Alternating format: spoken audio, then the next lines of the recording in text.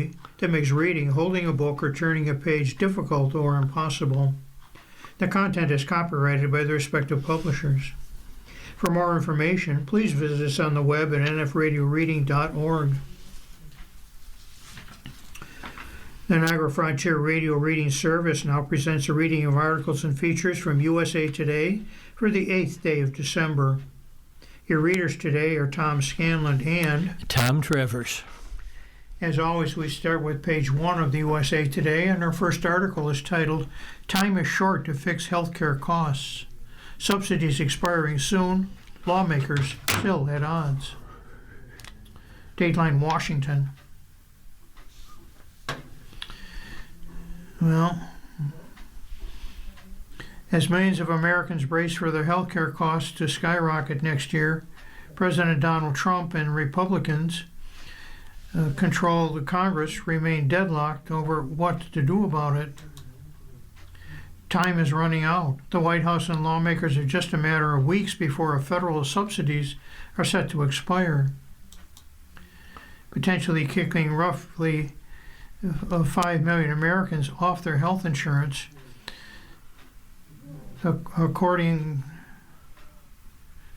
having trouble with my computer here, just went dead on me. You want me to take the first one of mine? Let me just see if I can call this back up, Tom. Okay. Well, here we go. Think we got it. Time is running out. The White House and lawmakers are just a matter of weeks before federal subsidies are set to expire, potentially kicking roughly 5 million Americans off their health insurance, according to some estimates. The subsidies, which come in the form of tax credits, are part of the Affordable Care Act, commonly known as Obamacare. Just before Thanksgiving, the Trump administration was gearing up to intervene, possibly resolve the crux of the issue before the end of the year holidays. Multiple news also reported that Trump planned to propose prolonging the subsidies for 2 years, but the president pumped the brakes amid opposition from congressional Republicans. Something's going to happen to address the problem, Trump said in a cabinet meeting December 2nd, though he suggested it's probably not going to be easy. Partisan politics are one big challenge in resolving the standoff. With the subsidies' expiration looming by year's end, Democrats have vowed to make them, and health care more broadly, a cornerstone of their 2026 midterm election message strategy. They're hoping to springboard off the national attention they drew to rising health care costs during the government shutdown as they seek to wrestle back control of Congress next November. "We're going to get this done," said Senator Amy Klobuchar, a Minnesota Democrat who ran for president in 2020. "We're going to get it done by getting in some piece of legislation. We're going to get it done by marching through the midterms and winning."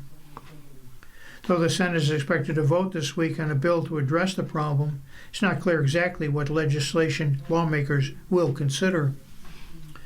Senate Minority Leader Chuck Schumer, the Democrat from New York, said December 2nd is whatever the measure is, it'll focus on lowering costs.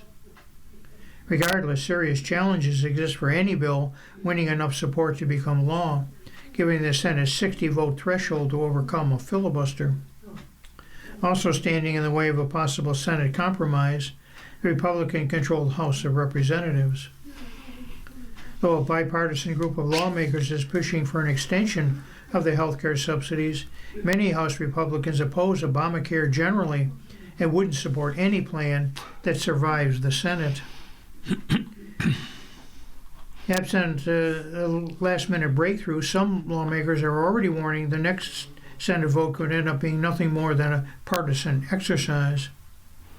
"I'm afraid that's a real risk," said Senator Tom Tillis, a Republican from North Carolina. Tillis, who's retiring next year, is among a group of Republicans who have voiced support for extending the premium tax credits, at least while Congress figures out a bigger solution to problems with Obamacare. "I honestly believe if we don't come up with an outcome before Christmas, it's not going to happen," he said. Senate Republicans meet December 2nd to discuss their health care policy fixes, including a new plan from Louisiana Senator Bill Cassidy. Legislation written by Cassidy, who is a physician, would replace the expiring subsidies with funding that would go directly to Americans' health savings accounts, or HSAs. Senate Majority Leader John Thune, the Republican from South Dakota, said afterward that lawmakers didn't emerge from the talks with a consensus. "I don't think at this point we have a clear path forward," he told reporters. The impending Senate health care vote stems from a promise Republicans made to their Democratic colleagues in exchange for their support in November to bring an end to the longest ever government shutdown during the funding crisis, the biggest sticking point centered on the expiring tax credits. Though there have been concern for months on both sides about how to extend them, a solution continued to elude lawmakers as the shutdown dragged on. Republicans wanted more restrictions on subsidies. Democrats largely pushed for an extension without new strings. Bipartisan talks sputtered for weeks. Finally, after more than a month, a group of Senate Democrats agreed to end the shutdown. In return, Republicans guaranteed them a vote on health care by mid-December. One of the architects of the shutdown deal was Senator Jeanne Shaheen, a Democrat from New Hampshire. Asked a week before the big health care vote whether lawmakers were any closer to a bipartisan compromise, she replied, "I think we're not."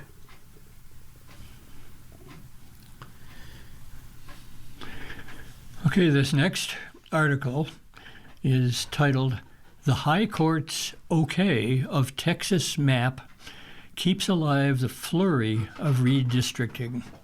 And there's a picture here of Trump and his wife and Texas Governor Greg Abbott.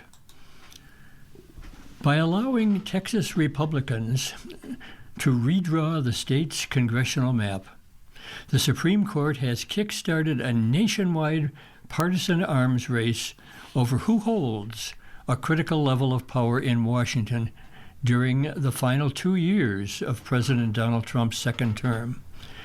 But political and legal experts say it's still not clear yet whether the Supreme Court's decision means Democrats or Republicans stand to benefit the most for the 2026 midterm elections and beyond that.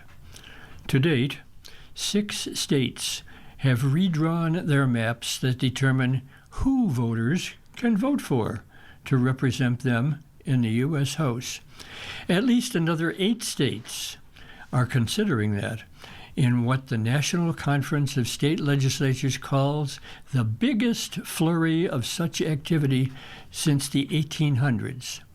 The new maps could force current House members to run against each other or open doors to new candidates. Rick Hasen, an election law professor at the University of California, Los Angeles, called the Supreme Court's decision, quote, "a green light for there to be even more restricting and a strong message to lower courts to butt out." Here's what to know about the redistricting in states across the country. Large print, dark print rather, Supreme Court justices' opinions on the Texas case. The decision in the Texas case was unsigned, but allowed the state's redrawn congressional map to stand for 2026 because that election was so close. It relied on a separate 2019 High Court ruling that found partisan maps cannot be challenged, even if racially discriminatory maps could be. The case was urgent because of the December 8 filing deadline for Lone Star state candidates. Justice Samuel Alito wrote for Justices Clarence Thomas and Neil Gorsuch that the impetus for the new Texas map, like a map subsequently developed in California, was partisan and an advantage pure and simple, rather than along racial lines. But Justice Elena Kagan wrote for Justices Sonia Sotomayor and Ketanji Brown Jackson that in a 9-day hearing in the lower court with nearly 24 witnesses and thousands of exhibits found, Texas largely divided its citizens along racial lines to create its new pro-Republican House map. The liberal justices said the High Court's decision, quote, gives every state the opportunity to hold an unlawful election, unquote. Another bold print. Elected officials, advocacy groups react to the Supreme Court decision. So what are they saying about the Supreme Court's decision? Reaction to the decision broke predictably along partisan lines. House Democrat leader Hakeem Jeffries of New York called the decision proof that, quote, the extremists will do anything to rig the midterm elections, unquote. He described the Texas map as a partisan and racially discriminatory power grab to hurt the Black and Latino communities. Texas Attorney General Ken Paxton said the decision upholds the state's fundamental right to draw a map that ensures we are represented by Republicans. Quote, Texas is paving the way as we take our country back, district by district, state by state, Paxton said. So the question, which other states have redrawn their congressional lines? Under the Constitution, the census of the U.S. population is counted every decade, that's 10 years, and it determines how many House seats each state has. Congressional maps are traditionally redrawn, then, to adjust for shifts in population. The push to redraw maps in the middle of the decade is unusual. Trump urged GOP-led states to redistrict to protect the narrow House majority with 220 seats held by Republicans and 213 by Democrats. 2 seats previously held by the Democrats are currently vacant in New Jersey and Texas. 6 states, Texas, California, Ohio, North Carolina, Missouri, and Utah, have already drawn new maps. Texas and California each expect to tip 5 seats to their majority parties. Ohio could flip 2 Democratic-held seats to the GOP. North Carolina's map was designed to flip 1 seat to Republicans. Missouri dismantled a Democratic seat based in Kansas City. Utah's map remains disputed in court, but could create 1 Democratic seat among the state's 4. Kind of tough to follow. Damon Hewitt, president of the Lawyers Committee for Civil Rights Under Law, told USA Today that states should think twice about adopting racially gerrymandered maps. Why? Because they will face serious scrutiny. Voters don't want to see democracy turned on its head, Hewitt said. People want to have the power to pick their elected officials, not watch politicians cherry-pick who gets to vote in their districts based on racially tainted maps. At least 8 other states are debating whether to redraw their congressional maps. This, according to the National Conference of State Legislatures.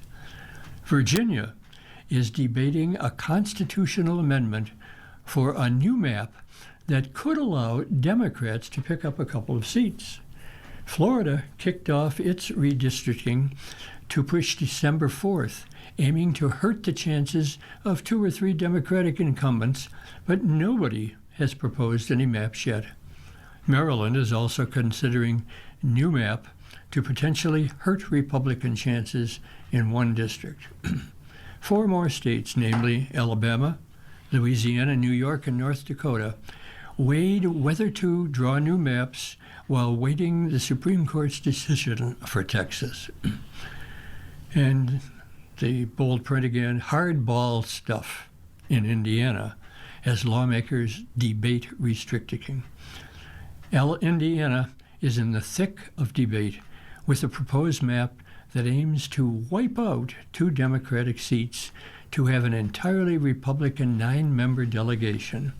The State House approved the plan on December 5th, but state Senate Republicans are divided and are expected to kill the proposal. Our voices are being drowned out by the other states that exploit the redistricting process for their own leftist gains. Trump has called lawmakers, and Vice President J.D. Vance visited the state. Lawmakers who oppose redistricting have faced at least a dozen death threats, bomb threats, and fake emergency calls. That kind of hardball stuff just doesn't work here in Indiana, Vaughn said. I'm not saying people are not scared. You can kind of read the fear on the people's faces.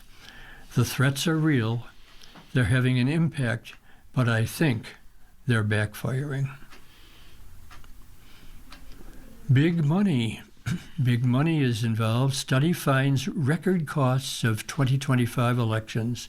The redistricting comes at a time of record spending on 2025 elections. This is according to a study by the Brennan Center for Justice at New York University.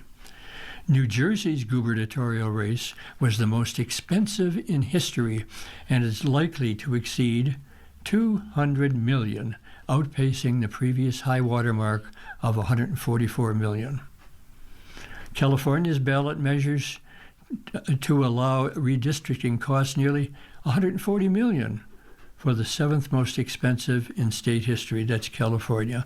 Pennsylvania held elections on whether to give 10-year terms to 3 of 7 state Supreme Court justices, with spending on the contest topping $15 million compared with the previous record of $1.5 million. And it says here, other Supreme Court cases could affect the 2026 midterms. Other potential court changes are afoot for how elections are handled.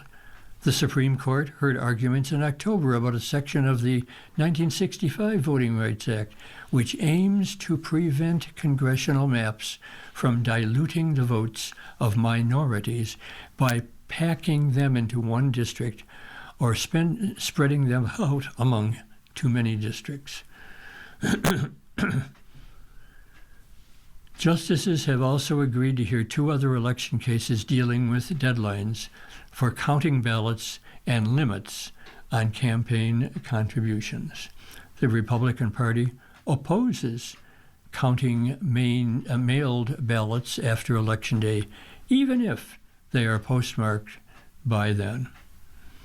The party successfully challenged Mississippi's law allowing postmarked ballots to arrive within 5 business days after Election Day, and they still be counted. And the final paragraph in this article, Republicans, including Vance, are challenging the rulings that the Trump administration says it can defend. But Democrats contend limits should remain in place. Why? To prevent corruption. The case comes amid record spending on campaigns in recent elections. You're listening to a reading of today's USA Today on the Niagara Frontier Radio Reading Service. The time is 12:18. Our next article is titled, Somali Community Stands Against Growing Tensions. Dateline, St. Cloud, Minnesota.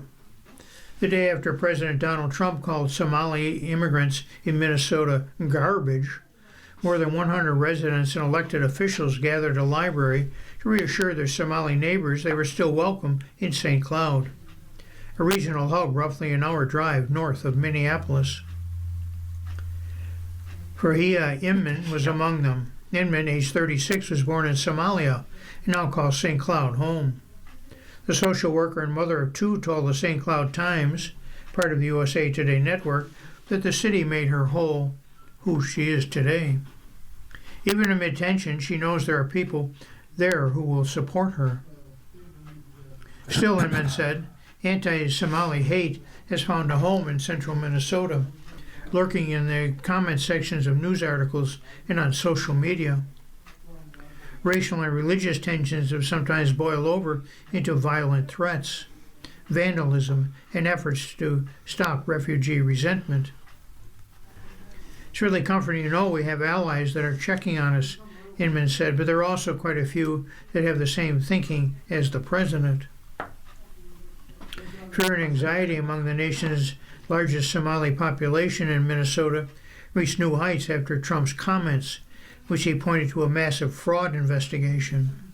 Some advocates say that the investigation is being used as an excuse to target the entire community. The controversy comes amid big changes in immigration enforcement. Trump has threatened to end the Temporary Protected Status, or TPS, program for Somali refugees in Minnesota, and the U.S. Citizenship and Immigration Services has halted all immigration applications from Somalia and 18 other countries in the wake of an attack on 2 National Guard members in Washington, D.C. The shooting suspect is an Afghan national. Though the attacks and rhetoric aren't new, Somali Minnesotians say the pressure mounting on their community is worse than ever. It's a different temperature now, said Ahmad Samatar, a professor at Macalester College in St. Paul, who is a Somali expert. It's quite ferocious and really quite intimidating for people. Minnesota is the state with the largest population of people with Somali ancestry, according to the Census Bureau. Population estimate is between 60,000 and 80,000.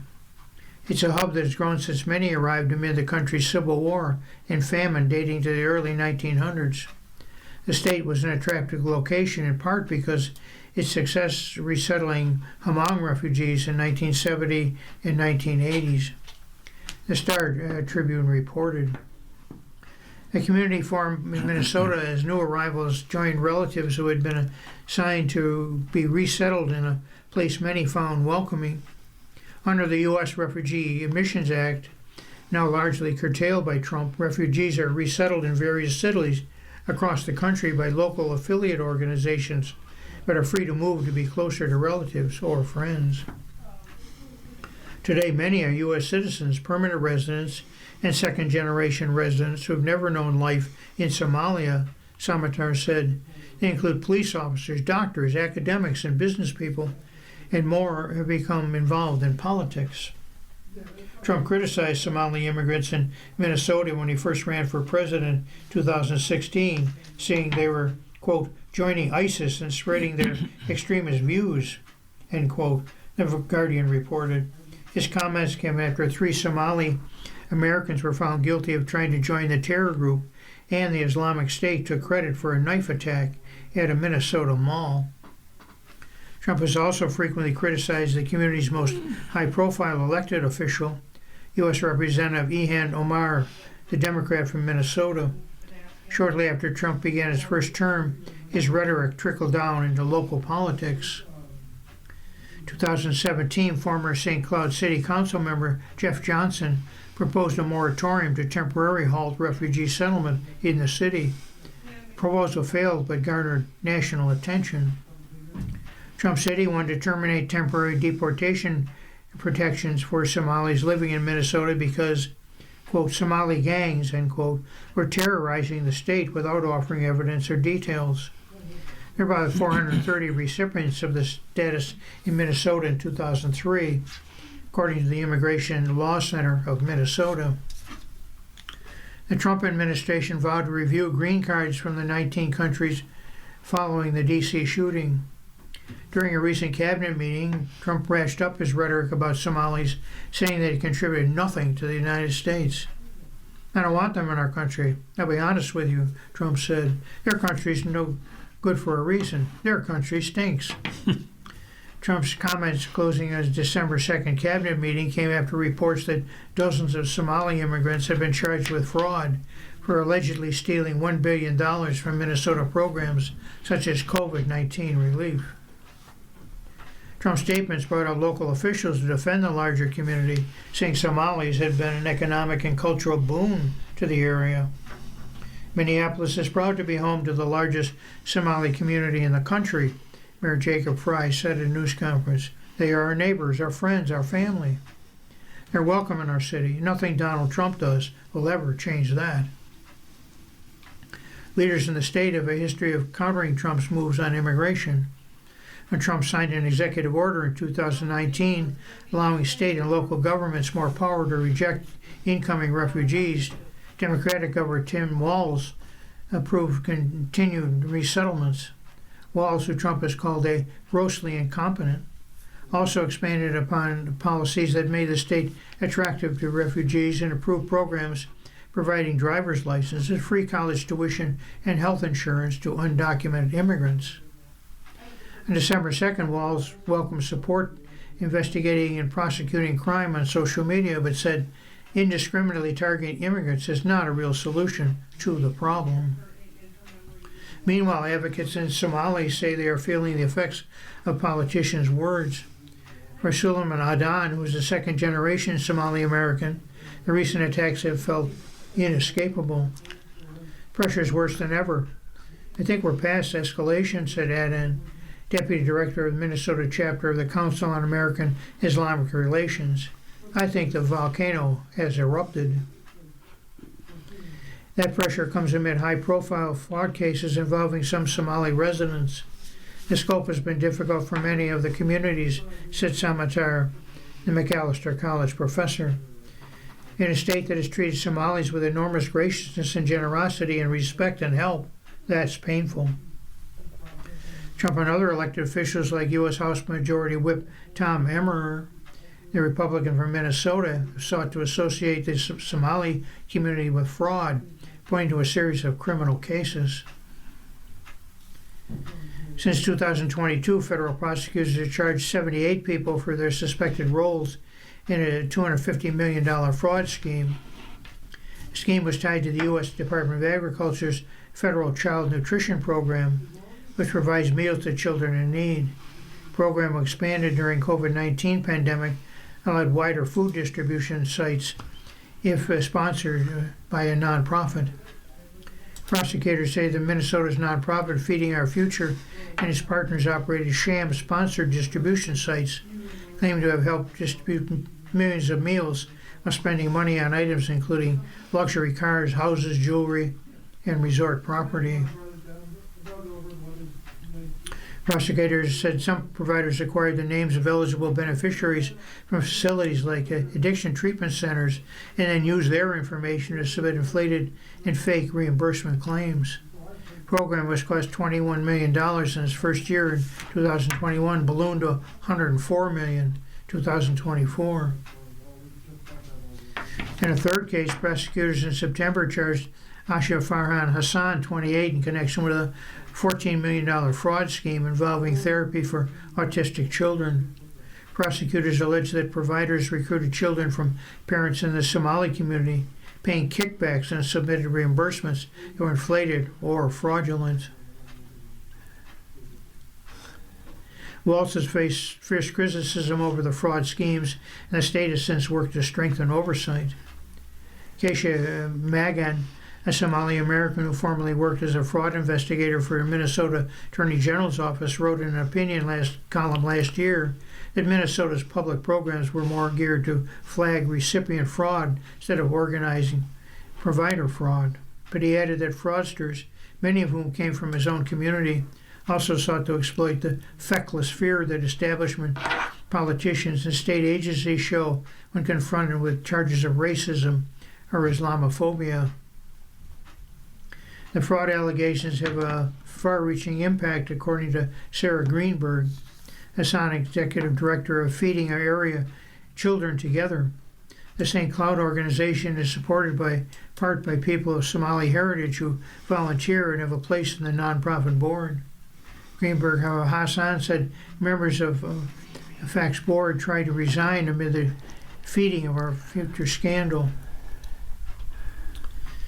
As tensions continue to rise, Adan and the rest of the Minnesota small staff have been scrambling to wade through an influx of calls from frantic community members. Dan said he's heard from imams who have received threatening phone calls, families wondering if they'd be safe attending Friday prayers, and educators concerned about students being stopped by ICE on their way to school. We've seen people arrested, citizens and not arrested alike, asked for their papers and being detained in cars by those ICE agents till they're able to confirm their identities. So far, we have 3 cases of mistaken identity, given that some people have similar names. What makes someone a target of ICE is not their race or ethnicity, but the fact they're in the country illegally. Those who are not here illegally and are not breaking the laws have nothing to fear, said Tricia McLaughlin, Assistant Secretary, Department of Homeland Security. It feels like we live in a dictatorship. It feels like people are having deja vu with the crisis they went through, the Civil War. We know authoritarianism, Osmond, city council member who represents a ward in central Minneapolis. I feel like I'm living what my parents lived through in Somalia. What's worse, Osmond says, it feels as though there's little city or state officials can do to protect residents. The mayor has issued an order prohibiting the use of city-owned parking lots, ramps, or garages, or vacant lots for civil immigration enforcement operations. But Osmond said that hasn't stopped the flow of messages from his constituents say they've been targeted. It's a language that should never be used in any political leader, let alone the most powerful president in the world, Wafra said, and undoubtedly is having a profound impact on both the safety and security of people. Wafra said Trump commits major disparaging remarks he's made about Haitians earlier this year, and it's unlikely Somalis will be the last community targeted. But for many, including men, the social worker, the gathering in St. Cloud, Trump's comments and the threats of deportation don't mean the generations of Somali Americans in Minnesota are going to leave. We're not undocumented, the man said. We're not going anywhere. Well, we now move to the money section. This article is titled, Target Shoppers Say Swag Bags Missed the Mark. Tom. Okay. People line up outside a Target for Black Friday shopping in Anderson, South Carolina. On November 28th, Black Friday is a giveaway, is prompting criticism. Target is receiving backlash from customers who waited hours in line on Black Friday to receive free swag bags they claim did not reach the mark. What mark is that?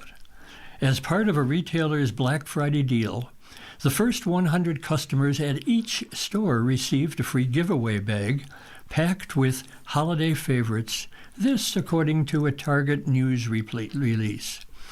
Details of the items were not released ahead of time. Then customers at each store also received a take-home prize with a retail price between $99 to $350, including Target gift cards, Beats Solo 4 headphones, Lifen hair dryer, and Ninja Sushi machines. This is according to a Target statement obtained by USA Today. As of December 3rd, Target has not confirmed the contents of the giveaway bags, but videos shared by social media users showed the same 5 key items, including a pack of Uno cards, lip oil, and a single pouch of candy.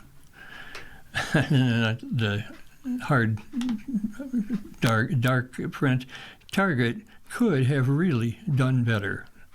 TikTok user Stacia Brandt said in a video that she arrived to her local Target around 11:15 p.m. on Thanksgiving. That's this.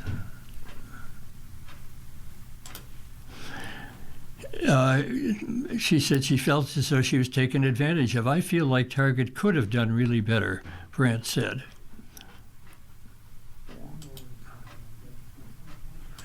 I'm just stuck on a page here. I think we could have had more coupon codes. We could have had more samples.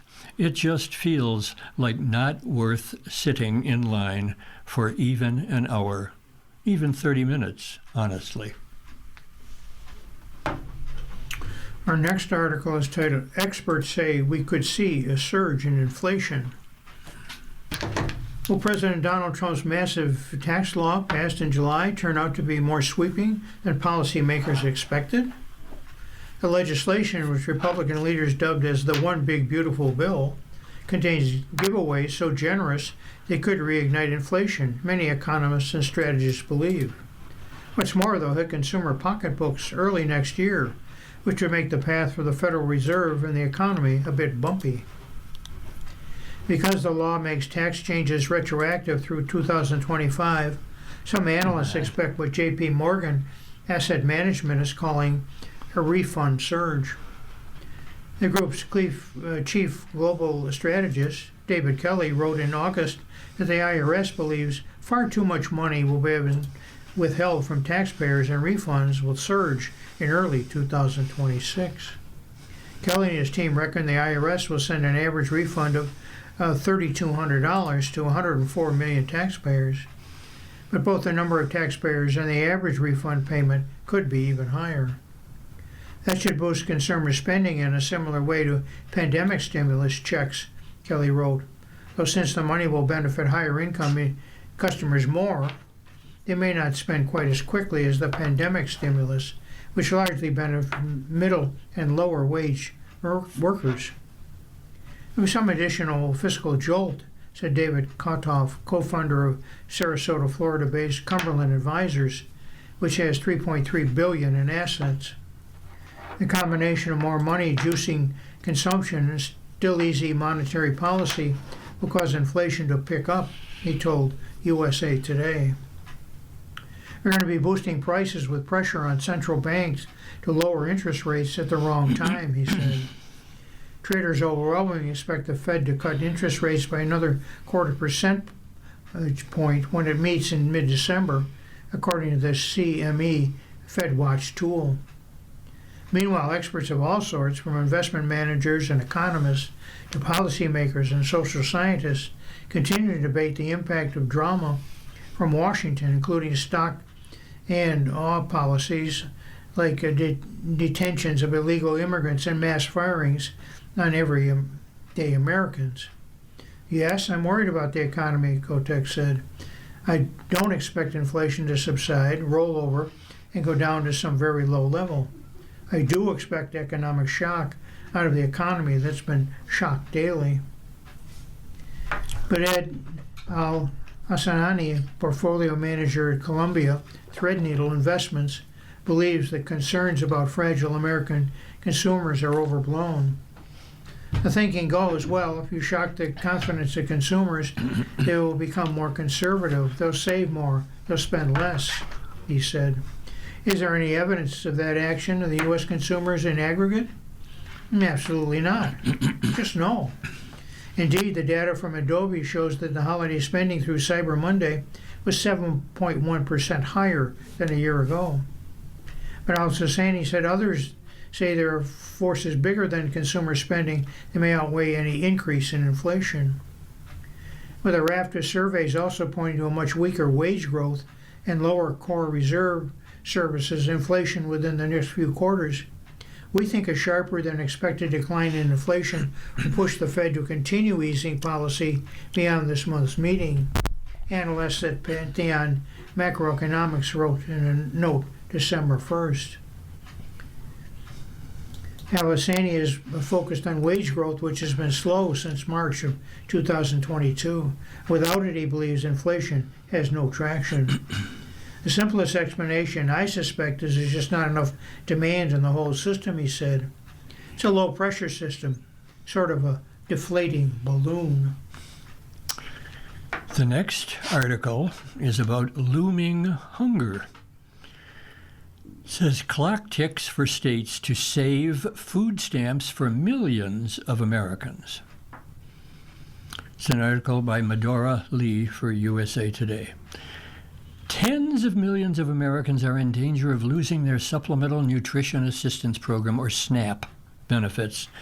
Again, if a cost-sharing law goes into effect as planned in the government's fiscal year for 2028, which begins in October 2027, experts said. Most people know about the new SNAP work requirements in the mega tax and spending package passed on July 4th.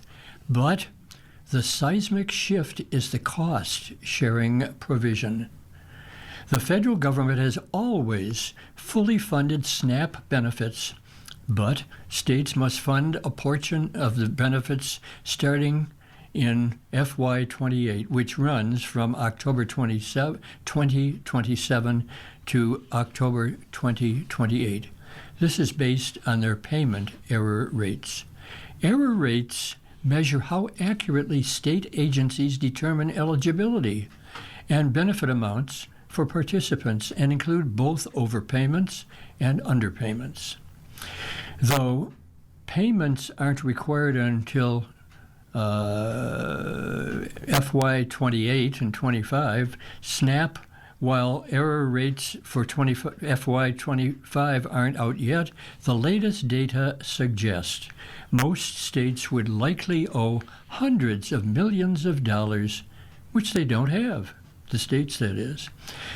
With SNAP food assistance benefits suspended during the government shutdown, food is loaded, or has been loaded, into a car trunk during food distribution sponsored by Fulfill for 1,000 people in the parking lot at a Shore Down ballpark in Lakewood, New Jersey. How does this new cost sharing work? Cost sharing rises with higher error rates except for states with error rates above 13.32%. They are exempt from the requirement to pay for any portion of SNAP benefits for up to 2 additional years. And then some bullet points. If less than 6%, states won't have to pay any portion of SNAP benefits. If 6% to less than 8%, states have to pay 5%. If 8% to less than 10%, states pay 10%, and if 10% and higher, states pay 15%. What does this mean for Americans? Different states will react differently to the new legislation. The Congressional Budget Office said this in August. Some states will maintain current benefits and eligibility. Others will modify benefits or eligibility or leave the program altogether if they can get their error rates down or afford to shoulder their share of SNAP benefits, it said. 23 governors signed a letter to congressional leadership in June saying they might have to end their SNAP programs and explaining how the policy change would harm their constituents. They claim about 42 million Americans, or more than 12% of the population, receive an average of $6 a day in SNAP benefits. Roughly 40% of beneficiaries are children. During the long record 43-day government shutdown that began on October 1st, many Americans discovered how hard it was to afford food after missing only 1 month. States could make significant cuts elsewhere in their budget to make room for more state spending on SNAP or raise taxes or revenue by other means to be able to afford to remain in the program. The USDA can deem the state out of compliance and withhold federal funds or disallow benefits effectively, preventing SNAP benefits from being issued unless the state both complies with program rules and pays its required share.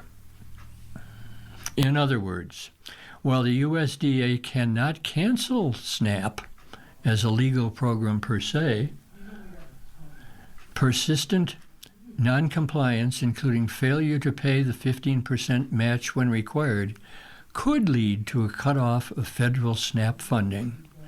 That would feel to households like SNAP being shut down until the state fixes its problems. Can states lower their error rates? Well, the article says the National Governors Association this year discussed ways to curtail payment error rates with minimal delivery disruption for beneficiaries. Suggestions included pinpointing where errors are generated, using technology like AI and automation to prevent errors, and improving training and morale among employees. That's what could happen. 2/3 of states, however, may have to pay $100 million for a cost share penalty, which is leading to an intense push from states and territories to decrease error rates. The average error rate was 10.93%. This according to the Department of Agriculture. Since 2003, only South Dakota has never had an error rate above 6%. Between the higher administrative share and the error rate penalty, SNAP costs will rise sharply in all states. This, according to the Center on Poverty and Inequality at Georgetown Law. On average, states will have to spend 2 to 3 times more of their budgets on SNAP, with a median increase of about, 202%, 202%. Mhm. Does anyone win here? Savings to the federal government could be enormous, experts said.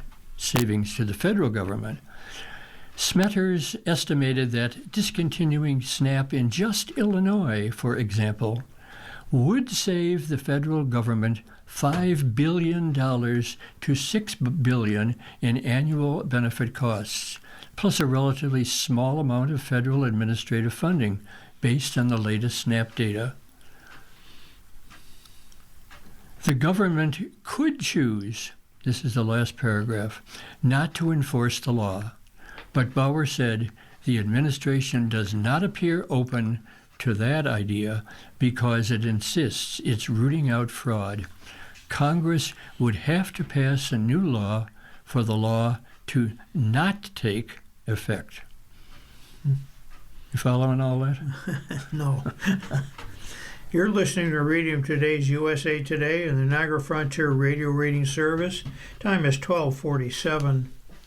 This next article is titled, Tariff Check Still Possible, Trump Says. President Donald Trump is sticking with his plan to give Americans a tariff dividend refund 2026.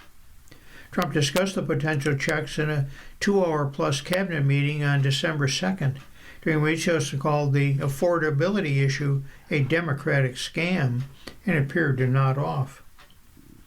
Next year is projected to be the largest tax refund season ever, and we're going to be giving back refunds out of tariffs, as we've taken in literally trillions of dollars, Trump said earlier in the meeting. We're going to be giving a nice dividend to the people in addition to reducing debt. Tariff revenue could eventually be so great, Trump said, that the government could cease levying income taxes. Whether you get rid of it or just keep it around for fun or have it really low, much lower than it is now, but you will not be paying income taxes, he said. As projected tariff revenue, the Congressional Budget Office on November 15th reduced its projections from $3.3 trillion in tariff revenue over the next decade to $2.5 trillion. That will result in an additional $500 billion in debt interest payments for a total of $3 trillion in value to the government. But critics of the administration's tariff plan question whether the dividend refunds make good economic sense, in part because tariff revenue is uncertain and refunds would be costly. The nonpartisan, not-for-profit, the Committee for a Responsible Federal Budget estimates Trump's tariffs will raise about $300 billion per year, while tariffs dividends would cost about $600 billion per round. The organization estimates additional tariff revenue should be used to reduce deficit instead of passing the revenue on to taxpayers in the form of cash dividends, the organization says. Are we getting $2,000 tariff dividend checks? Well, that remains to be seen. Trump has been talking about a dividend rebate since July, saying revenue from tariffs, which the president began instituting in March and April, could lead to a little rebate, but the big thing we want to do is pay down debt. Last month, Trump said tariff dividend checks would be issued probably in the middle of next year, amounting to thousands of dollars for individuals of moderate income or middle income. But the plan could cost prohibitively, and there may not be as much tariff revenue as expected, according to estimates from the Tax Foundation, another nonpartisan nonprofit group. Over the next day, Trump's tariffs will raise $2.1 trillion in revenue, but that dips to $1.6 trillion after accounting for foreign retaliation and other negative economic effects. Tariffs could also be struck down by the Supreme Court, which seems to be questioning whether Trump has the power to impose tariffs while listening to arguments on November 5th. Should tariffs remain in place, any refund would require some legislation. Treasury Secretary Scott Bessent told Maria Bartiromo on Fox News Sunday Morning Futures on November 16th. Why does Trump want to issue tariff checks? Perhaps because Americans have helped pay for tariffs. Trump told reporters on Air Force One on November 14th that tariffs may in some cases raise prices. After signing an executive order exempting certain agricultural products, including bananas, coffee, and beef, from reciprocal tariffs he imposed on April 2nd. But the cost of tariffs, Trump said, has to a large extent been borne by other countries. Still, the Tax Foundation estimates that tariffs amount to a tax increase of $1,100 per U.S. household in 2025 and $1,400 in 2026. And lastly, rather than issue dividends, a better way to provide relief would be simply repeal the tariffs altogether, the group has said. This last article will be a brief one. Shoppers are hungry for Kraft's 65-inch mac and cheese box. Wow. Walmart shoppers are in a frenzy for Kraft on Black Friday, November 28th, buying all the food manufacturers' flat-screen-sized 65-inch boxes of macaroni and cheese in minutes. The special edition product was advertised on social media and in a news release, then became available to purchase on Walmart's website at 12:01 a.m. on Black Friday. The boxes were sold out within an hour. The never-before-sold box contains 65 smaller boxes of Kraft mac and cheese. That's 3.5 servings per box, or 220 servings, Walmart said. Customers snagged the mac and cheese for $19.37, more than 75% in savings per box. The company said the huge box of mac and cheese probably sold so quickly. Why? Because it's a fantastic product, sold in a fun, collectible format and offered at a great value. Here's what to know about the novelty mac and cheese boxes and what customers are saying. What's in and on the box? Last week, social media influencers who were sent the 65-inch boxes shared videos of themselves unpacking the massive bundle of mac and cheese. The Kraft mac and cheese novelty box lists features such as 4K in noodles. It also includes a setup guide that mimics a real screen.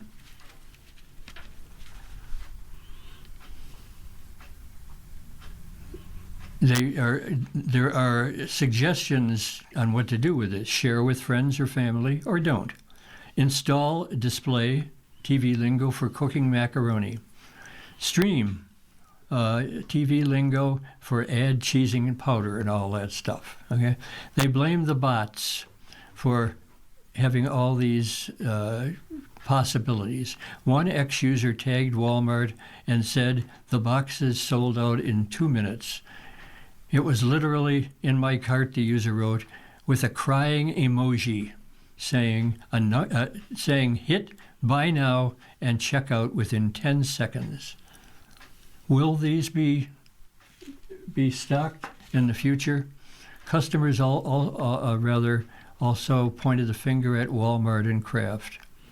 On December 3rd, USA Today asked Walmart how many boxes were produced, but the company said it does not share sales specifics.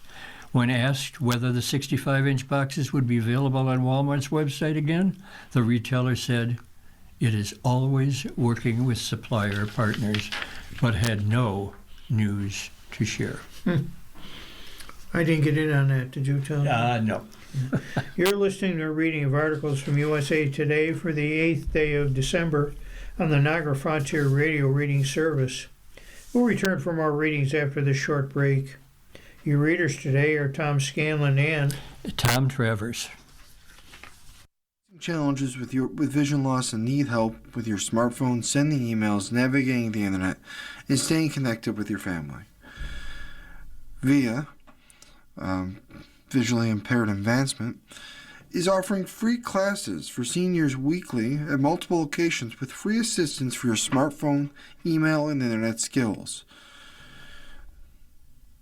There's a new session every week, and it rotates between the South Towns and the North Towns.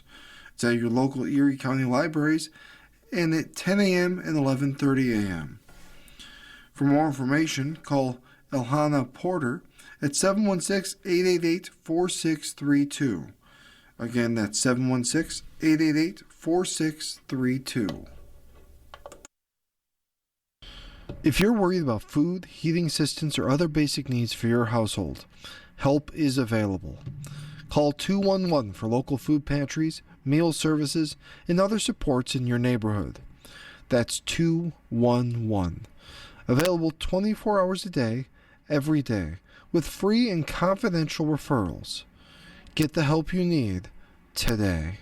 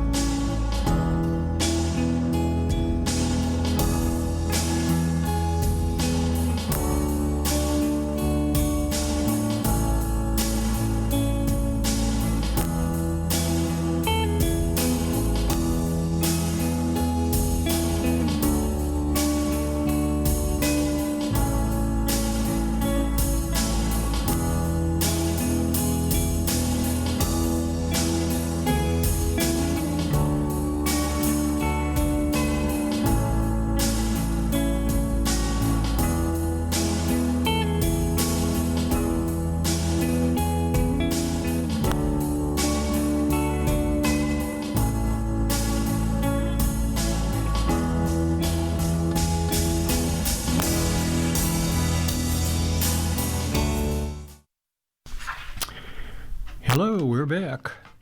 We'll continue now with our reading of articles from today's issue of USA Today.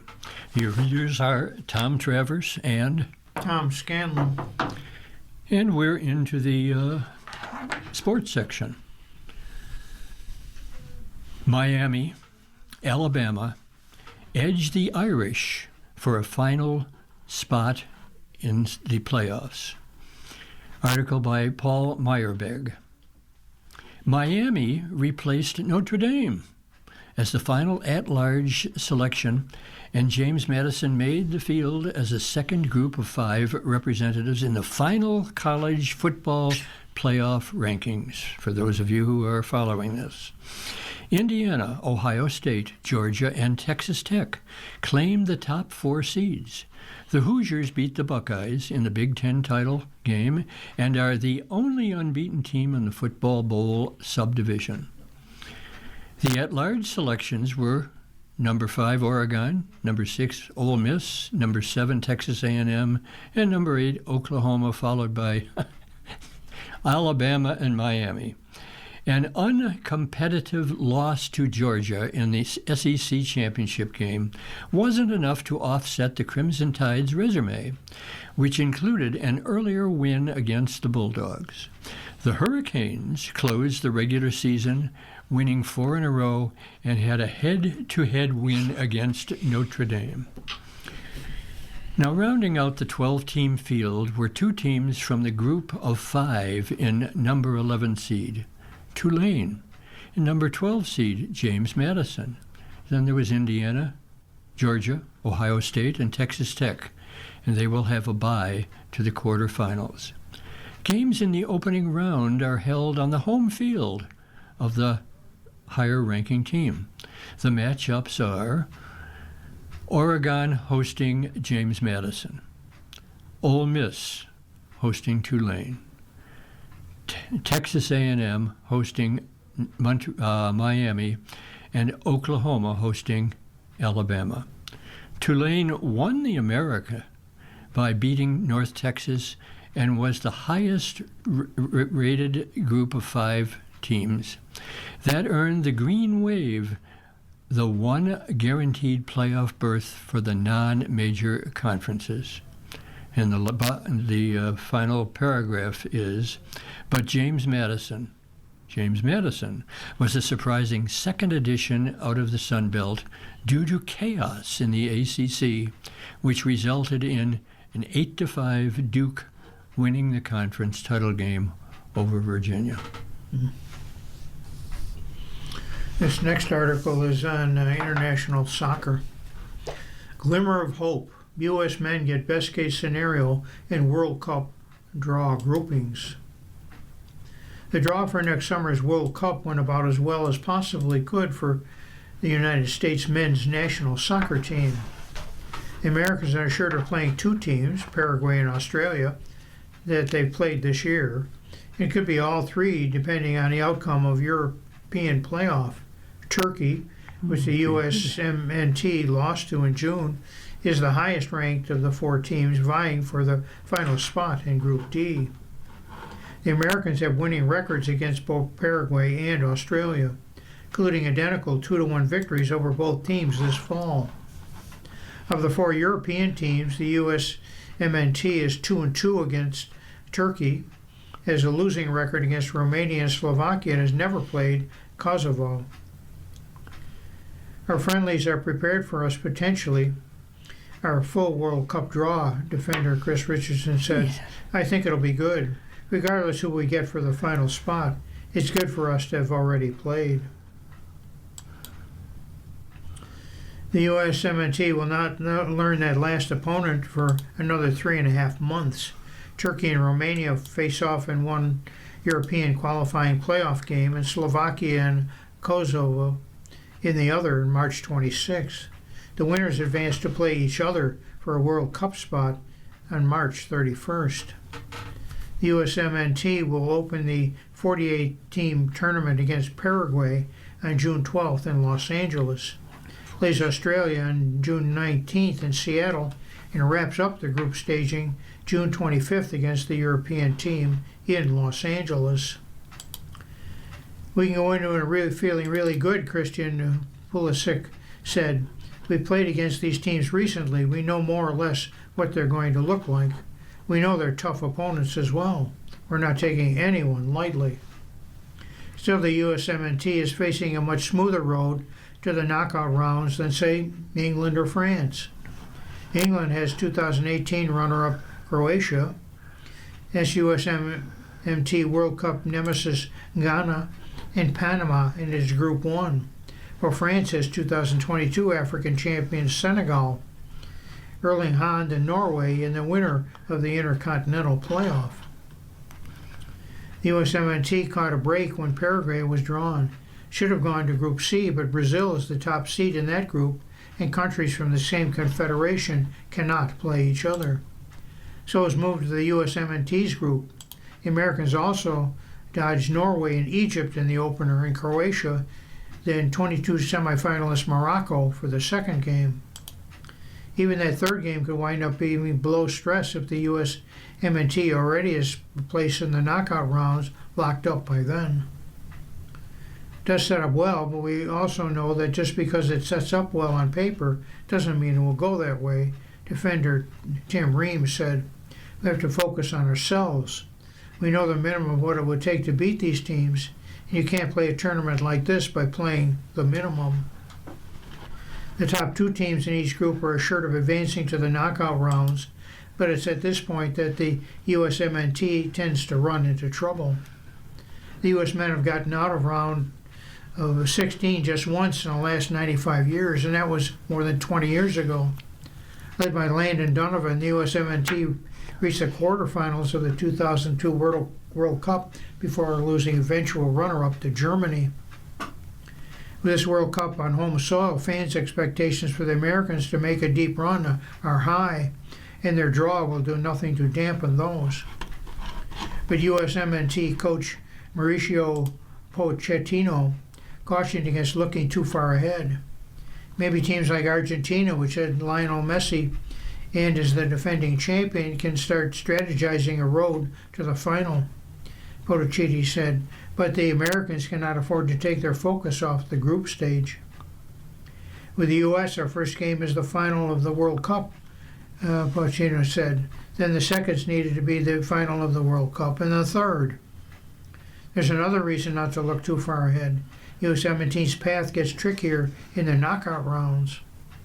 Should the Americans win the group in their 25 round of 32 game, they could face Belgium in the round of 16. That's where the Red Devils eliminated the Americans in the 2014 World Cup. If they get through that, it's likely to be either Spain, Argentina, Portugal, or England that awaits. If the USMNT would finish second in the group and win in the round of 16, they're likely to be Messi and Argentina. At some point, you're going to have to play some of the best teams, Ream said. There's so much math going on. It was really no point in sitting there and hoping and praying. It was okay. You're going to get what you're going to get. And once you know, it's time to get down to business and prepare. Let's see. This next article is, what is it? Let's see. It says, IU's dream season gets better with a Big Ten title. Indiana quarterback Fernando Mendoza celebrates after defeating Ohio State in the Big Ten championship game on December 10th. The noise is exhausting. A mudslide into the deep, dark depths of strength of schedule and head-to-head feeding the daily disarray. Now breathe, if just long enough to enjoy the college football story of the century this is. It's like a dream, a wonderful dream, said Indiana quarterback Fernando Mendoza. That keeps getting better, and it isn't ending anytime soon. Take a break from the complaining about the college football playoffs. Forget about Notre Dame and Miami and Alabama and every other blue blood trying to justify flaws. Indiana, long the armpit of college football and dead last with the most losses in the history of the sport, is the biggest, baddest team on the block. It sounds utterly preposterous to even say it. For any of those Indiana doubters out there, said Indiana linebacker Isaiah Jones, this was the last thing that needed to be proven. And wouldn't you know it, in the biggest moment of this 2-year metamorphosis, the number 2 Hoosiers left no doubts with a punishing 13-10 victory over defending national championships and the number 1 Ohio State in Big Ten championships game on Saturday night. A win so complete and so program-defining the enormity of the moment will reverberate throughout the sport. It wasn't just the win, but how it underscored the unthinkable reality that the worst program in the history of the sport has completely changed course in a matter of 2 seasons. Indiana had not beaten Ohio State since 1988, a span of 32 consecutive games without a win. 1 game was a tie, and so then did, with everything in the line, an unbeaten regular season, the conference championship, the number 1 seed in the CFP, and the Heisman Trophy. And one more thing, Indiana will play in the Rose Bowl after a first-round bye in the quarterfinals of the CFP. The Hoosiers have not experienced the granddaddy since 1968, when, guess who? O.J. Simpson led Southern Cal to a 14-3 win. That's how long this program has been in the college football hinterlands, how long Indiana football has been an opportunity for students to party in a half-empty stadium and alums to pass the time before basketball season started. It's another step we needed to take as a program, said Indiana coach Curt Cignetti. And when you know it, the architect of this improbable turnaround isn't done yet. The coach, who said at the introductory press conference in 2024 and declared, "I win, Google me," who spent the first season at IU saying, "the outlandish and outrageous because the program needed traction," who has won 24 of its first 26 games and continues to set school records with every game played, knows there's more on the horizon. The quarterfinals in the Rose Bowl, the semifinals in the Fiesta Bowl, the national championship game in Miami, the national flipping championship game. My God, what world are we living in? A world where Indiana has the best quarterback in college football, where Mendoza left Cal and had offers from Georgia and Miami and chose Cignetti and the Hoosiers? Because he wins games, and it's because he would make me a better player, Mendoza said. That was Mendoza throwing a perfect back shoulder 50-50 ball to Elijah Stewart for IU's only touchdown and the eventual game-winning points, and a dime of a deep ball to Charlie Becker, the 4th quarter to effective victory. So, it's a world where Cignetti arrived at Indiana and knew the roster had to be turned over. He didn't brag about bringing Gucci. He just brought a core of players who previously turned around James Madison, and then he added some more from the transfer portal. And that's the crazy stuff happening, some of it. There's a lot more here in football. Okay. Here's a move to professional football. Hurt solution to get Barkley run game going. Dateline Philadelphia. There are many theories why Saquon Barkley isn't having nearly as much success running the ball this season as he did in his historic 2,005-yard rushing season in 2024. Some of them include Barkley's worn down from such a heavy workload last season.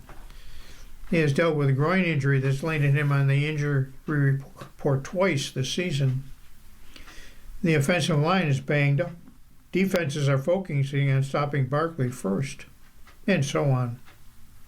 All these theories could have some validity. Barkley, after all, is on pace to rush for 1,048 yards, barely half of his total from last season. Sure, some drop-off from last season could be expected, but this much? What if Barkley isn't running as well or effectively because quarterback Jalen Hurts isn't running the ball as often as he has in the past? In fact, it's been suggested that Hurts isn't running as much because Hurts doesn't want to run as much. Hurts pushed back on that during his press conference on December 4th.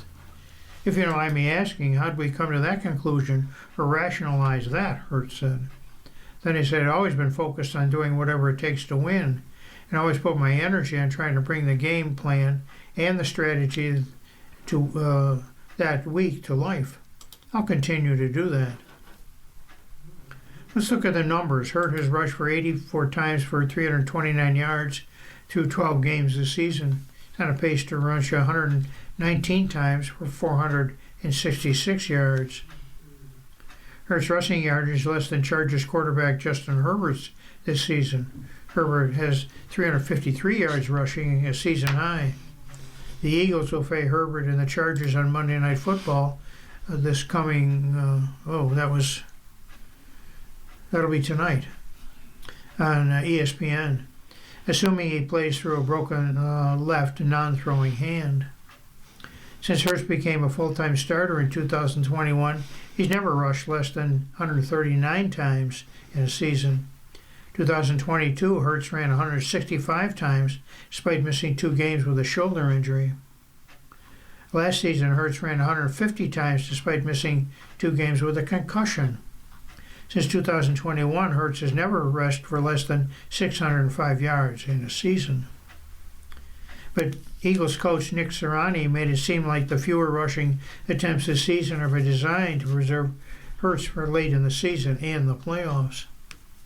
Well, the Eagles have to make the playoffs first at 8-4 and a 2-game losing streak heading into their game against the Chargers. That's not guaranteed. They're always thinking about how to protect Jalen to make sure he's healthy for the long haul, Sirianni said. Different plans have different reasons of why you run different things. And like I said, we'll do everything we need to do to help this offense get rolling.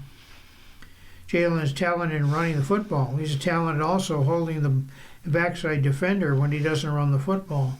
So lots of different ways to do that. Eagles might want to try some of those ways.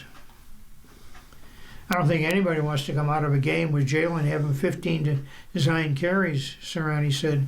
But again, we're looking at everything. We'll see how that looks going forward. Maybe not 15, but how about more than few push-tush, non-escape sack runs per game? Against the Bears and the Eagles' 24-17 loss on November 28th, their longest running play since October 26th occurred when Hurts took off and ran for 23 yards. That was the midst of a 92-yard scoring drive, by far the Eagles' best drive of the game. Perhaps the defense having to account for Hurts as a runner will enable Barkley to find some room as well.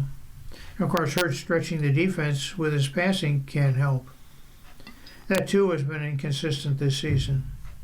To be honest, as boring as it sounds, it's the same story every week. Left tackle Jordan Mailata said,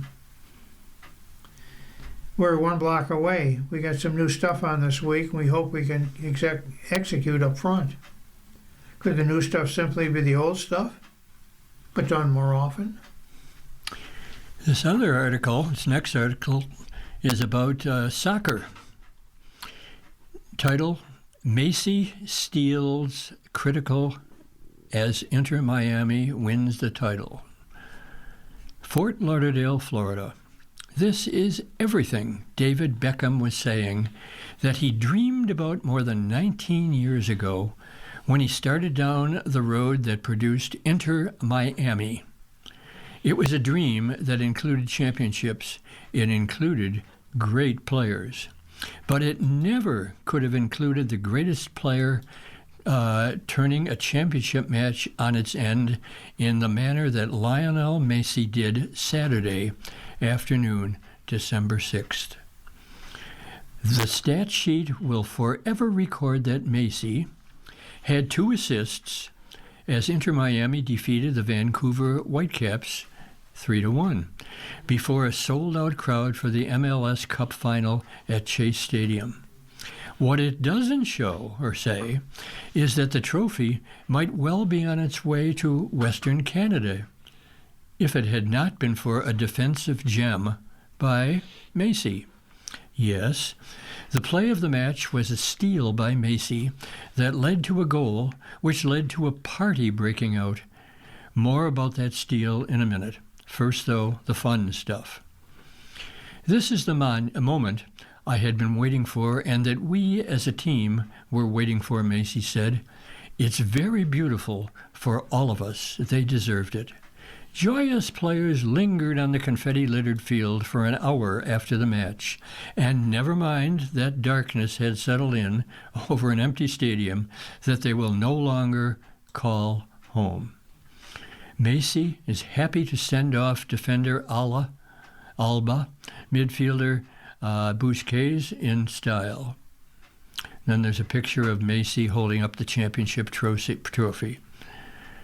No one, it seemed, was in a rush for this party to end, because for 2 of Inter Miami's most important players, this was the end. It was a final match in the storied careers of defender Jordi Alba and midfielder Sergio Busquets, and teammates were determined to send them out in glory. Given what they've been as players, both were among the greatest in history, each in his position, with the careers they had and the titles they won. Macy said, "It's wonderful that they can retire with this MLS title. I don't think they're fully aware yet of what they were experiencing, of what it means to retire in this way." Quote, "Today, something very beautiful ends for them, something to which they dedicated their whole lives. Now a new life begins for them. I wish them the very best because they are 2 friends and I care for them deeply." When the whistle sounded, smoke bombs in Inter Miami, pink of course, went off as pockets of players embraced. Macy and Rodrigo de Paul, who scored the match winner, knows what it's like to win the World Cup. Regardless of how many honors each had previously won, they gathered at the midfield circles, jumping up and down like school children and waiting for the arrival of the most important trophy in club history. During the trophy presentation, Major League Soccer Commissioner Don Garber said what many were thinking. "Leo, it's been an honor that none of us can even understand to have you in our league," Garber said, triggering another round of the omnipresent Macy, Macy, Macy, Macy chant for the no-brainer pick as a match most valuable player.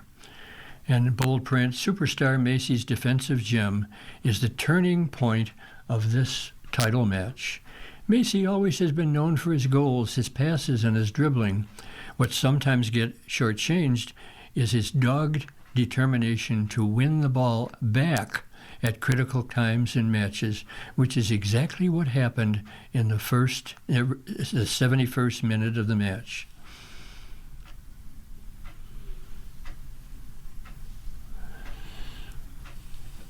"It's the luck you need to be champions," Mascherano said in goalpost rating. Enter Macy. He stripped the ball near midfield from Andres Cubas, saw DePaul slipping behind the defense, and fed him a thorough ball to make it 2-1 in the 71st minute. Inter Miami hadn't even managed a shot in the second half until that point. Macy was not done. Deep into stoppage time, he chest-trapped a ball, then volleyed it to Tadeo Allende for his 9th goal of the playoffs and Macy's 9th assist of the postseason, both MLS records. And speaking of first, Macy, DePaul, and Busquets became the first players to win both the World Cups and the MLS Cup. It almost feels like piling on then to point out that while Macy did not get an assist on Inter Macy's 8th-minute goal, it never would have happened without him. Pinned by two players at midfield, Macy did what Macy does, nifty dribbling by both, as if they were just traffic cones. He fed Allende, breaking down the wing, and sent a cross pass that ended up in a score.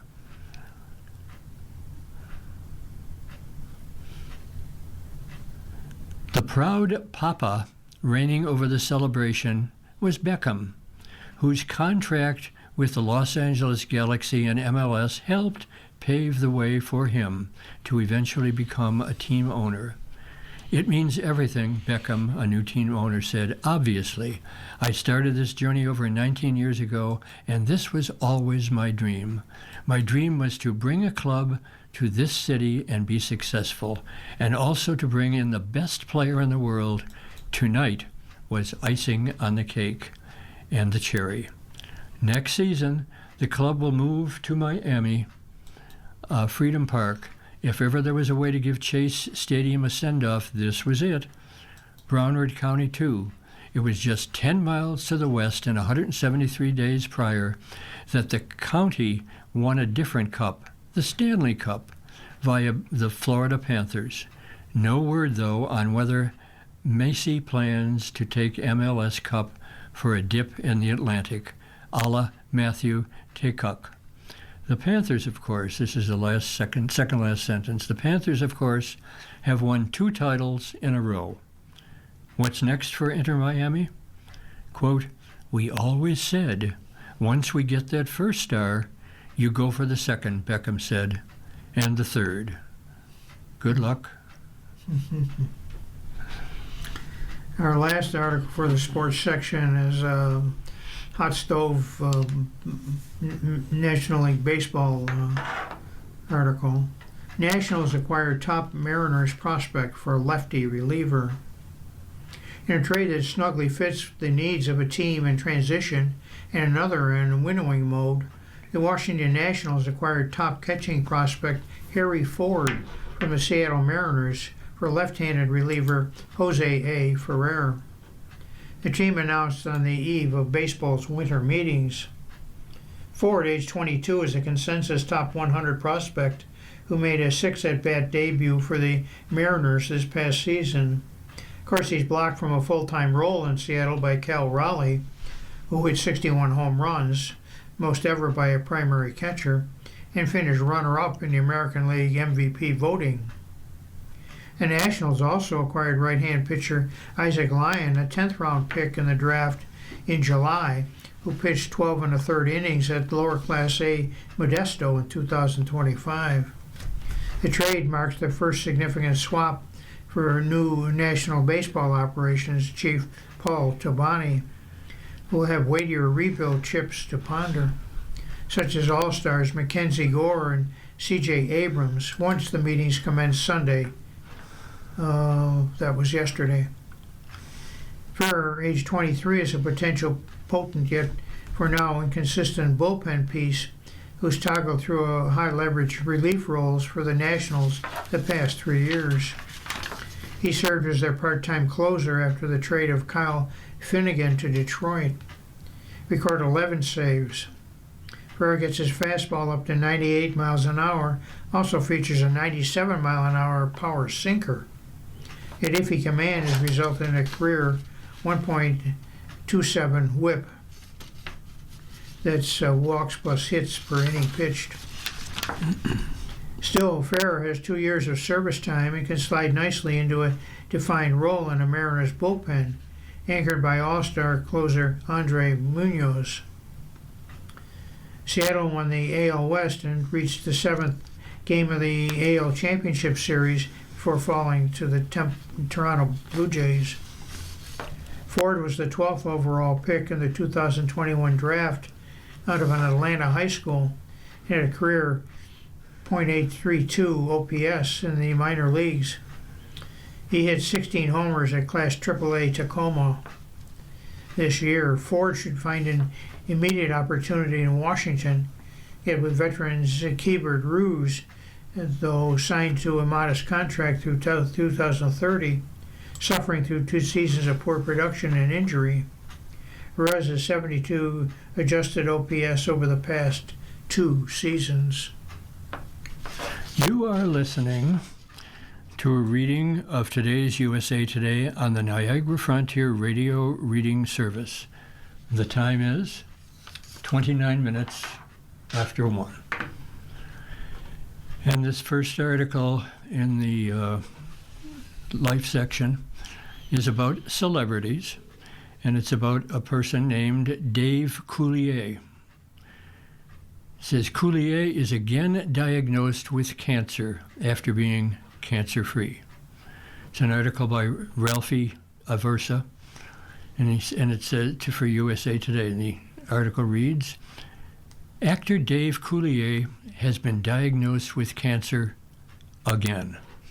The Full House star, 66 years old, tells USA Today that in his first routine checkup after beating non-Hodgkin lymphoma, doctors found tongue cancer in his mouth. This is a little bit of a different animal, Coulier says. It was a big shocker. And it's a picture of him. He says, I have a lot to live for. Coulier currently is undergoing radiation treatments, which will continue until December 31st. He credits routine scans with saving his life. Now, and it's happened twice. I'm going to enjoy the new year after that final treatment. Why? Because I get to wake up on the 1st of January of 2026 and not have to go downtown with my wife and lay on a table and get a radiation treatment, Coulier says. So it's going to be a very freeing experience to start the new year for sure. Well, why Coulier didn't want to speak out after a diagnosis? The actor initially thought the 2 cancers were linked, believing chemotherapy to treat the lymphoma compromised his immune system, but doctors explained that one had nothing to do with the other. Coulier was diagnosed with P16 squamous cell carcinoma, which he says could have come from a number of things, including an HPV virus. In October, Coulier underwent surgery to remove his upper top layer of his tongue, describing the procedure as painful. Quote, I didn't want to speak for the first couple of weeks, he recalls in an interview on December 2nd. His team of doctors, including one he describes as a swallow coach, helped his rehabilitation. Your tendency is just to stop eating, swallowing, drinking, doing anything. So I have to stretch my throat, which is painful, and I have to swallow. But this technology is so advanced now that they have the ability to know how to treat all of this. With early detection, his carcinoma has 90% survival rate. Coulier reflects on nightmare, past 12 months of his. To call the past year of Coulier's life a roller coaster might be an understatement. After his initial diagnosis in 2024 with lymphoma, the actor underwent chemotherapy treatments through the beginning of 2025. In March, doctors gave Coulier a clean bill of health. His first exam was 6 months later, which caught his second cancer diagnosis. The last 12 months have been an emotional, psychological, physiological nightmare, Coulier says. No one should have to battle through this. Coulier credits his friends and family, specifically his wife, Melissa, with getting him through the psychological battle of this disease. Coulier also became a grandfather in March when his son Luke and Luke's wife Alex welcomed a baby boy. The actor reminds himself that laughter is a big part of life. Quote, seeing the smile on his face, that makes me laugh, Coulier says of his grandson. He is a shining light in my life. I have a lot to live for. I want to be playing catch with this kid in the backyard. Coulier doesn't officially have a grandfather nickname yet, but notes that his father was Pop Pop to Luke. The actor also doesn't know if his grandson will grow up to be a Full House fan. Hopefully, my grandson's generation is still a Full House fan, but we'll see, Coulier says. And then I'll teach him. Cut it out. Have mercy. You got dude. And all the Full House catchphrases. Our market wellness venture inspired by a health journey. Coulier, I don't know what do you know what the Allwood market is? Coulier traveled to New York in between the radiation treatments to promote Aware Market, a new wellness and holistic marketplace he confounded, inspired by his initial cancer battle. The market uses a team of professionals to vet and highlight products sold by small businesses with clean ingredients, while cancer has spurred Coulier to rethink everything from his toothpaste to his watch band. The actor says his nutrition has been priority number one. Quote, I try to eat things that aren't packaged necessarily, Coulier says, while noting he tries to avoid goods that have a shelf life of 6 months. The last thing I want to do is to become preachy to other people, because this is hard and we're still trying to navigate through this. I just want to message to be that if you're looking for options, Aware Market is the place where you can find some better options. Coulier's Aware Market also is partnering with the V Foundation for Cancer Research, founded by former college basketball coach Jim Valvano. The nonprofit has funded almost $500 million in cancer research grants since 1993. I look at the strength that all of the women I know and have had cancer, and that's what keeps me going, he says, because I think if I have even 10% of the strength that I've seen the women in my life have throughout their lives, then I'm going to be okay, he says. They're with me right now, and I will always have that. It's a nice inspirational talk, as opposed to some of the talks. Yeah. This next article is a movie article.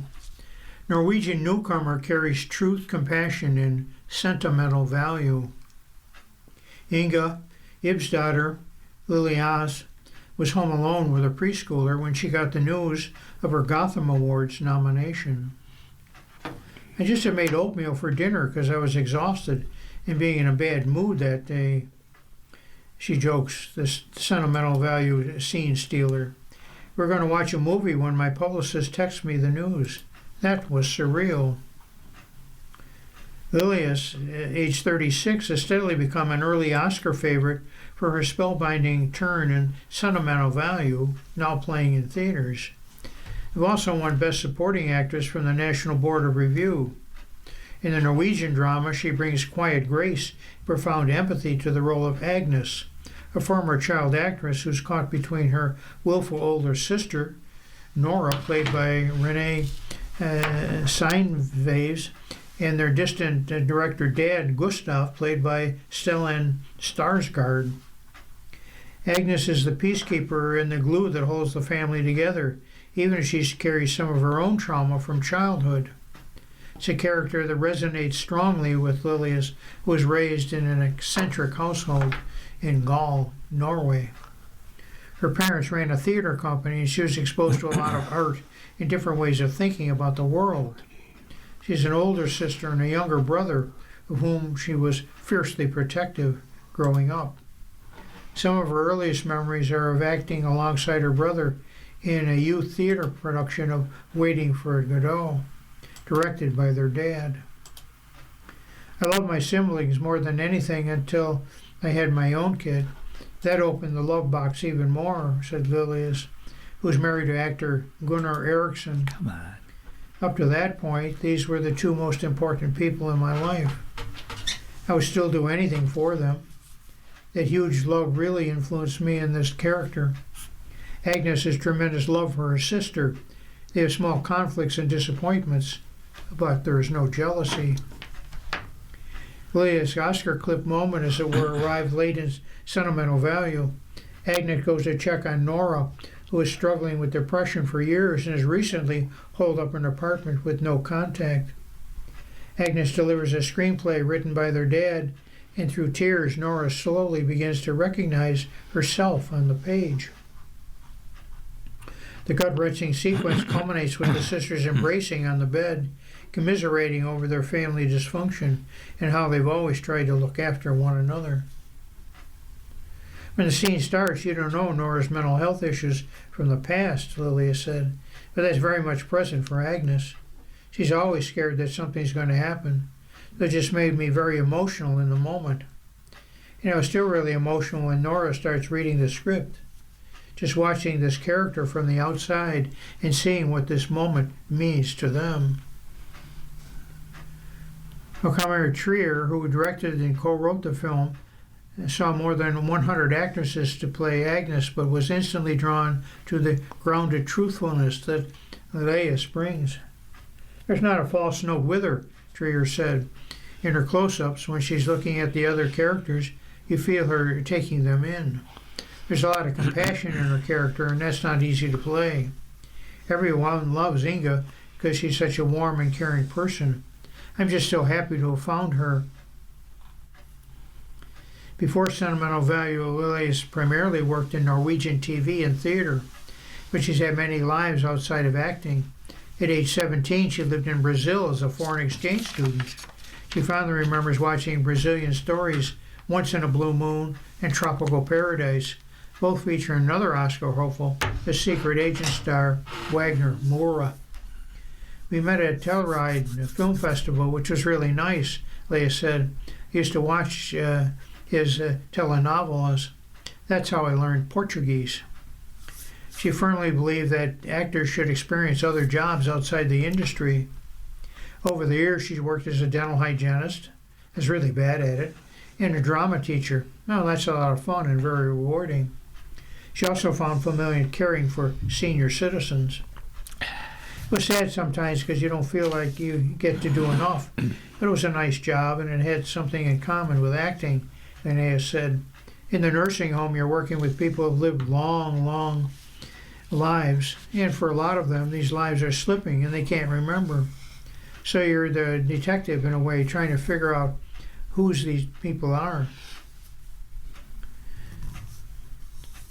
Now that's what you do as an actor. You're looking for what's underneath. Linnea says nothing specific in mind for what she'd like to do next other than projects that challenge and scare me a little. The endless cycle of film festivals and award shows is definitely exhausting, though she's tried to make the most of her travels, including taking her family to Greenwich Village and the Central Park Zoo on a recent trip to New York. My husband's my cheerleader and life goes on normally, she said. We don't really make a fuss about it.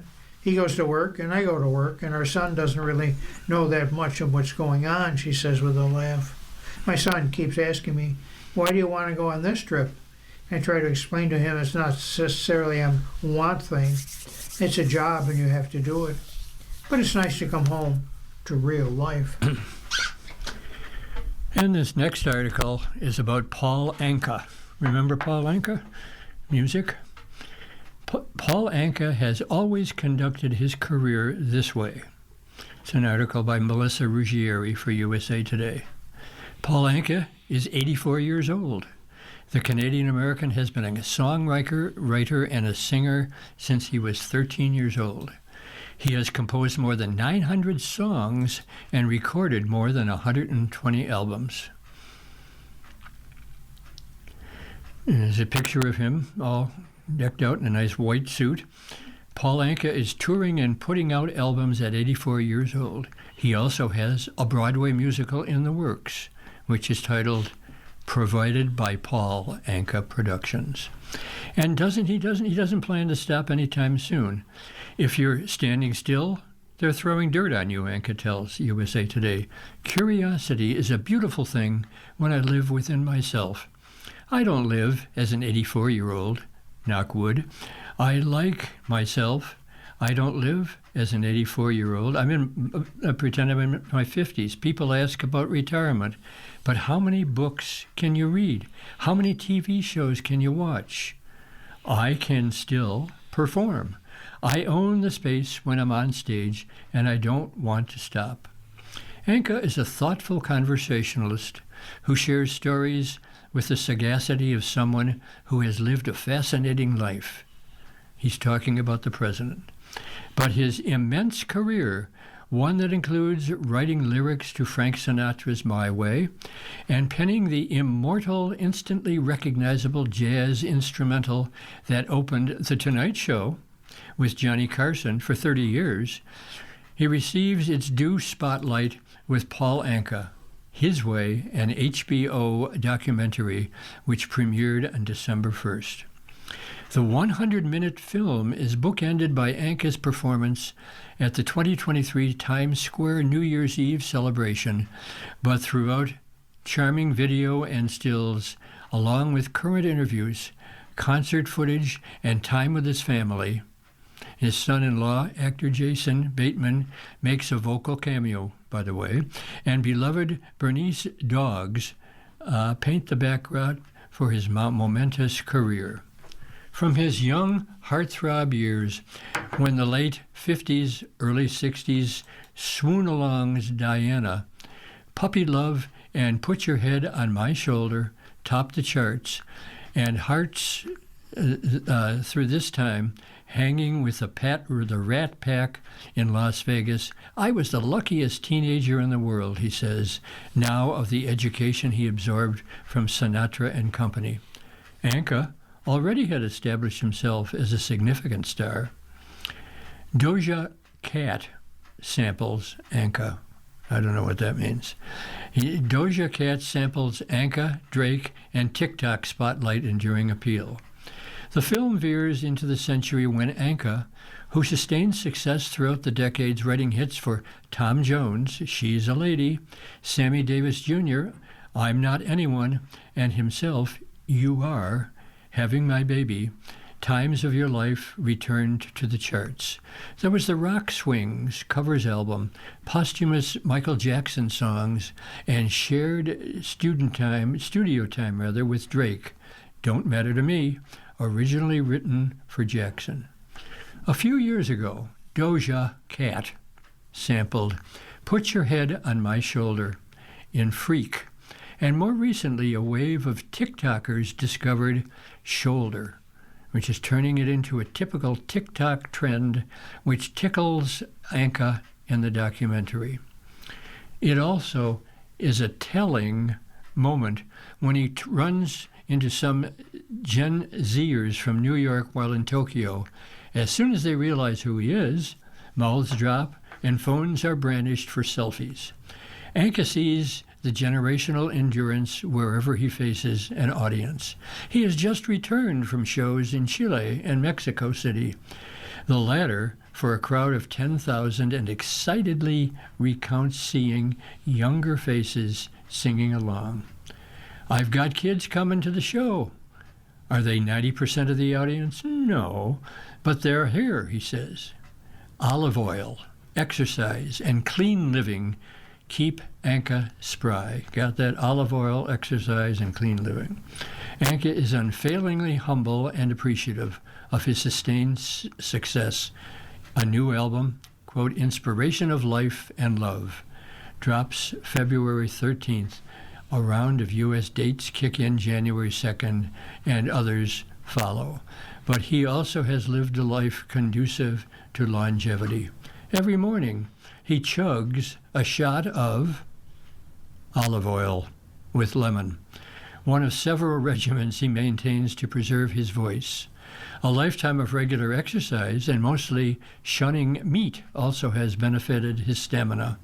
And as he learned during his time with the original Rat Pack, sometimes witnessing what not to do is a valuable life lesson. Coming out of the Vegas world with Sinatra and Dean Martin and Sammy Davis Jr., all the bad habits prevail. But I bypassed the smoking and drinking, and maybe had an odd cigar, but never anything invasive to my throat. When I saw how they lived as adults, I realized you can't do that. I lived around Frankie Lyman, shooting up heroin. He died of an overdose in 1968 at the age of 25. I saw what alcohol did to Frank and Sammy. That wasn't my vision of my upbringing, Anka says. One of the many constructive pieces of performing that Anka learned from Sinatra was the importance of being surrounded by top-notch musicians on stage, a credo Anka still implements. He also is a student of his audiences, realizing that if a crowd doesn't like what they see and hear, they'll never return. Anka says he prepares all of his tours with a certain regime. I don't retire songs. I get a demographic read of age and put together a program indigenous to the people who will be there. What I've learned is if you're honestly doing a program of songs that you're into, people will feel it. They'll see it with their ears. Never underestimate someone who overestimates themselves. There was nobody like Frank, Anka says of his My Way muse. One of the most intriguing segments of the documentary is his in-depth history of the creation of My Way. Anka, at 25, wanted to write a song for Sinatra after he announced he was eyeing retirement. How he heard the French song Comme des Habitudes in 1967, restructured the melody and wrote lyrics befitting his older idol. How he wrote the song in 5 hours, sitting in his New York apartment at midnight with a Selectric typewriter, a storm raging outside. How he cried when Sinatra's agent first played the recording song over the film for him. There was nobody like Frank. I've seen it all. Those who have tried, he just had that it they talk about, he says. That voice, in 5 seconds. In the last paragraph here, given the undiminished adoration of the song, it's fair to wonder if the man who shaped it might consider it his own theme song. Anka pauses to consider, quote, "We can all certainly subscribe to that notion," he says. We've all done it our way. This last article is a movie review. FACAM bursts British Reserve as spoofs come back to play. There's nothing particularly funny about Downton Abbey. That's precisely what makes it so ripe for a parody in Fackham Hall in theaters now. A deeply silly send-off of PBS's long-running period drama, as well as other tart British fare, including Gosford Park and Upstairs Downstairs. Manners go out the window in the new R-rated comedy, which is packed with wall-to-wall sight gags, wordplays, and pop culture references. Think a stodgy English butler named Siri, a pair of man-hungry Bechdel sisters, and a funeral guest who's introduced as Bill Bo Baggins. It's the kind of film where someone exclaims, "He saved my life in the war," only to flash back to a soldier suggesting, "You should really get that mole checked out." Everyone takes themselves so seriously in these things because it's all about behavior and not overstepping the mark, understanding the hierarchy within the house, said Tim Inman, one of 5 writers in the movie, which also lovingly lampoons everything from Agatha Christie to Mary Poppins. The initial thing was what are ridiculous about this source material, as co-writer Steve Dawson. We did a bit of rewatch party where we were able to just sit and watch all these films.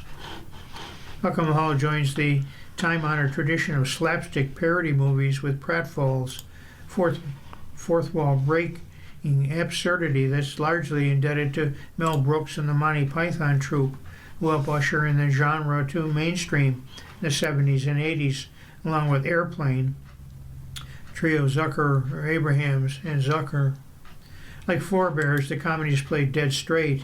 One lavish dinner scene, revelers carry on their conversations amid a cacophony of clanging silverware. A blusher bride is dragged down the aisle when her veil is caught in a car door, which kitchen staff furiously chop up herbs only to roll them into joints. You've been listening to a reading of USA Today for the 8th day of December. We read USA Today at noon. For more information, call us at 716-821-5555. Your readers today have been Tom Scanlon and Tom Travers. If you or people you know shop at any of the Dash's supermarkets, please save Dash's register tapes for radio reading. Our agency receives $2 for every $100 in Dash's register tapes. Radio reading has raised thousands of dollars so far. Anyone can drop off their Dash's tapes to the Niagara Frontier Radio Reading Service at 1199 Harlem Road, Cheektowaga, between William and Clinton Streets. Or Dash's tapes can be mailed to the Niagara Frontier Radio Reading Service at 1199 Harlem Road, Cheektowaga, New York, 14227. Any questions on Dash's tapes for radio reading? Call us at 716-821-5555, and thanks for caring. If you're listening to this publication online, you're probably using our website, a podcast player like Spotify or iTunes, a streaming service like Siro, or a smart speaker. Did you know that we now have a dedicated app that can be downloaded to any mobile device, like a smartphone or tablet, for free? App users can conveniently access our live stream and any episode of our podcast easier than ever. To download the app, just type NFRRS in the search window in the Apple App Store or in the Google Play Store. Contact us anytime if you have any questions by calling 716-821-5555, extension 5. Thank you.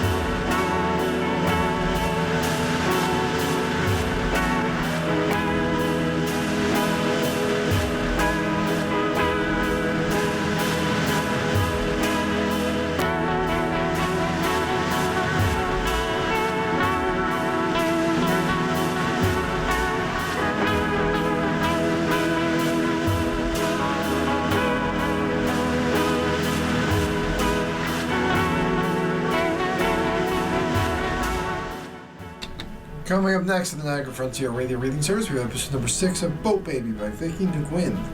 Following that at 3 o'clock is Smithsonian Magazine, and at 4 o'clock a re-airing of this morning's Buffalo News. Stay with us for these readings and more.